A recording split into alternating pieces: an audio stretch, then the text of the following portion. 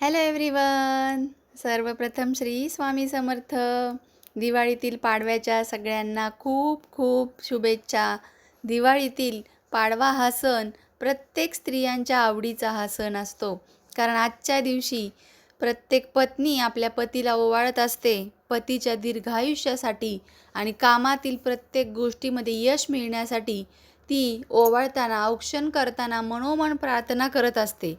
तर असाच हा हिंदू धर्मातील दिवाळीतील एक मोठा सण म्हणजेच 3.5 मुहूर्तांपैकी एक असा असणारा दिवाळीतील पाडवा, ज्यासाठी कोणताही मुहूर्त बघण्याची गरज नाही आहे, कोणतीही वेळ बघण्याची गरज नाही आहे. अखंड दिवस हा आजचा दिवसभराचा शुभ असतो. आजच्या दिवशी तुम्ही नवीन घर खरेदी करू शकता, गाडी किंवा वाहन किंवा सोने, दागिने, आणखीन कोणत्या गोष्टींची देखील तुम्ही खरेदी करू शकता.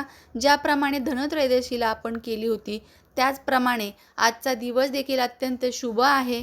तसेच आज पती-पत्नीच्या नात्यातील कितीही कडूपणा असणारा किंवा सतत भांडणं, कुरपूर होणारी जी आहे, ही जोडी जी म्हणतात, जी 7 जन्माची जोडी असते, तर यामध्ये कितीही एकमेकांशी सतत भांडत असले तरी आजच्या दिवशी अभ्यंग स्नान हे महत्त्वाचे असते. आजच्या दिवशी पत्नीने पतीला ओवाळावे. दिवसभरामध्ये कधीही अत्यंत असा शुभ मुहूर्त असणारा तुम्ही कधीही औक्षण करू शकता पतीचे औक्षण करत असतानाच बळीराजाचे राज्य येऊ दे अशी जी म्हण आहे, त्या म्हणीचे देखील इथे एक गोष्ट आहे त्यामागे. वामन अवतार जो धारण केला होता भगवान विष्णूंनी, तोच या बलिप्रतिपदेला म्हणजेच बळीराजा हा एक शेतकरी राजा होता. त्याला 3 पावले जमीन दान स्वरूपात मागून विष्णूच्या वामन अवताराने मारले. हा राजा जनतेची काळजी घेत होता, म्हणून त्याचं राज्य असूनही या गोष्टींसाठी आज ग्रामीण भागात अजूनही स्त्रिया भावाला ओवाळताना म्हणतात, इडापिडा टळो दे, बळीराजाचे राज्य येऊ दे, अशी ही म्हण रूढ झालेली आहे. महाराष्ट्रामध्ये या दिवशी स्त्रिया पतीला माहेरच्या आणि सासरच्या इतर पुरुषांना ओवाळत असतात. घरोघरी सायंकाळी पाटाभोवती रांगोळी काढून पत्नी पतीला औक्षण करते व पती पत्नीला ओवाळणी घालतो. नवविवाहित दाम्पत्याची पहिली दिवाळी पत्नीच्या माहेरी साजरी करतात. ह्यालाच दिवाळ सण म्हणतात. त्यासाठीच त्यानिमित्त या दिवशी जावयास आहेर भेटवस्तू दिल्या जातात, अशी प्रथा आहे. तसेच हा दिवाळीतील जो पाडवा आहे ना, तो 3.5 मुहूर्तांपैकी अर्धा मुहूर्त आहे. आर्थिक हिशोबाच्या दृष्टीने व्यापारी दिवसांसाठी म्हणजे व्यापारी लोकांसाठी हा दिवस नव्या वर्षाची सुरुवात मानतात. लक्ष्मीपूजन करून व्यापारी लोक वर्षाचा प्रारंभ करतात. त्यांच्या जमा खर्चाच्या ज्या खतावणी असतात, नवीन वह्यांची सुरुवात या दिवशी करतात, पूजन करतात हळदी कुंकू वगैरे वाहून. तर याशिवाय आज दिवाळीच्या पाडव्याच्या दिवशी तुम्ही काय करू शकता उपाय, तो आपण पाहणार आहोत. जो पतीच्या औक्षण करताना तुम्हाला करायचा आहे दीर्घायुष्यासाठी, सगळे संकट, इडापिडा नष्ट होण्यासाठी. तर तुम्हाला सर्वप्रथम औक्षण करताना साधारणतः तुम्ही पिवळ्या रंगाची कपडे जर घालता आली तर अतिउत्तम. नसतील तर तुम्ही कोणत्याही सौम्य रंगाचे कपडे धारण करायचे आहेत. दोघांनी देखील स्त्रियांनी साड्या वगैरे परिधान कराव्यात. आणि याशिवाय 2 गोमती चक्र तुम्हाला हवे आहेत, जे आपण औक्षण करणार आहोत त्या ताटामध्ये. जेव्हा आपण औक्षण करणार आहोत, निरांजन वगैरे ओवाळायचं आहे, पेढ्याचा प्रसाद वगैरे भरवायचा आहे, मिठाई. यानंतर जो तिलक आपण लावणार आहोत, त्या कुंकवाच्या तिलकमध्ये तुम्ही गंगाजल मिक्स करून केसरच्या 2 काड्या मिक्स करायच्या आहेत आणि त्याचा तिलक आपल्या पतीला पत्नीने लावायचा आहे. केसर हे गुरुग्रहाशी संबंधित आहे. यामुळं गुरुग्रह स्ट्रॉंग होतो आणि शुक्र ग्रह देखील आपला बलवान होतो. याशिवाय अत्तर जे आहे ते अत्तर देखील लावायचं आहे. आणि त्यानंतर तुम्ही 2 गोमती चक्र जे आहेत ते अँटी क्लॉकवाईज 8 वेळा फिरवायचे आहेत डोक्याभोवतून. आणि ते जेव्हा फिरवतो त्यानंतर ते एका पंतीमध्ये कापूर प्रज्वलित करून त्यामध्ये ते 2 गोमती चक्र जाळायचे आहेत तुम्हाला.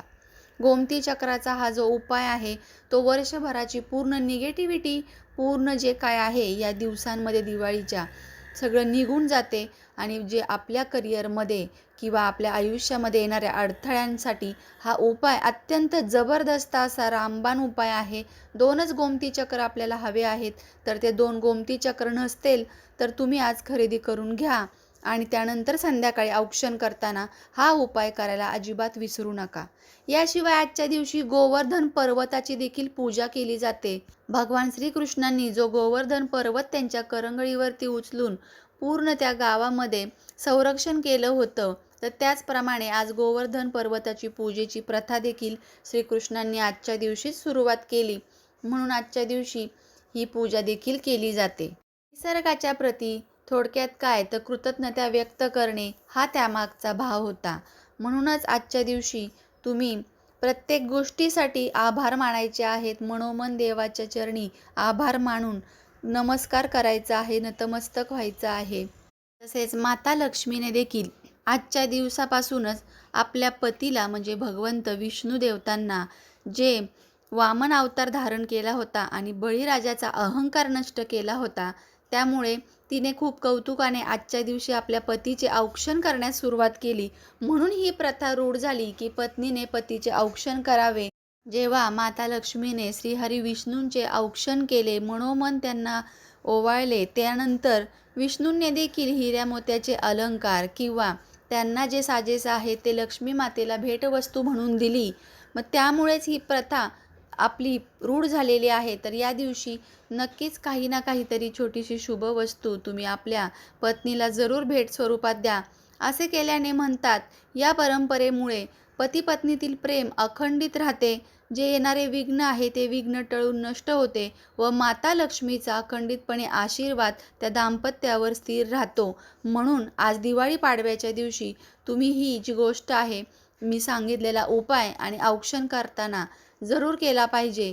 याशिवाय तुम्ही आजच्या दिवशी आपल्या घरातील मुलांना देखील ओवाळायचं आहे आणि जे ज्येष्ठ व्यक्ती आहेत, सासरे किंवा आपले वडील, सगळ्यांना ओवाळायचं आहे. हे अत्यंत महत्त्वाचं असं कारण की आजच्या दिवशी पत्नीने आपल्या पतीला का ओवाळायचं असतं, तर त्यामागचं हे महत्त्वाचं कारण मी तुम्हाला इथं सांगण्याचा प्रयत्न केलेला आहे. तर जरूर जे आजपर्यंत कोणी ओवाळत नव्हते, तर त्यांनी आजपासून ही प्रथा आपल्या घरामध्ये रूढ करायची आहे. कारण पाडवा म्हटलं की पती पत्नीच्या महत्त्वाच्या दिवसाचं हे प्रतीक आहे. म्हणूनच पती आणि पत्नीमधील नाते घट्ट करण्यासाठी हा उपाय तुम्ही जरूर करायचा आहे. त्याशिवाय आणखी एक जाता जाता महत्त्वाचा उपाय म्हणजे पतीने आपलं म्हणणं ऐकावं किंवा आपल्या मनानुसार अनेक गोष्टींचं पालन करावं. यासाठी जर पती तुमची कोणती गोष्ट ऐकत नसतील, तर जे किन्नर असतात, तर त्यांना आजच्या दिवशी तुम्ही मेहंदीचं जे कोण आहे ते दान द्यायचे आहेत. जे आहे सुहागन महिलेचं जे प्रतीक आहे, तर ते तुम्ही द्यायचं आहे. या छोट्याशा उपायाने तुमचे वैवाहिक जीवन जे आहे त्यामध्ये सदैव तुम्हाला आनंद आणि प्रेम टिकून राहण्यासाठी, जे भांडणं तंटे होतात त्यामधून मुक्तता मिळण्यासाठी हा खूप विशेष असा गुप्त उपाय आहे. तर तुम्ही हा जो कोण आहे, जर नाही भेटलं कोण, तर एखाद्या लहान मुलीला वगैरे देखील किंवा मंदिरात तुम्ही दान करू शकता. तसेच आजच्या दिवशी अखंड तांदळाचे 21 दाणे घेऊन ते पिवळ्या रंगाचे करायचे आहे व भगवान विष्णूंना म्हणजेच बाळकृष्णाच्या किंवा विष्णूच्या मूर्तीसमोर अर्पित करून दुसऱ्या दिवशी त्याची जी आहे झिपलॉक बॅग किंवा एक छोटासा पिवळ्या कापडात बांधून ते खिशामध्ये ठेवण्यासाठी आपल्या पतीला द्यायचे आहे. चला तर मग पुन्हा भेटूया अशाच नवीन माहितीसोबत. तोपर्यंत सर्वांना श्री स्वामी समर्थ.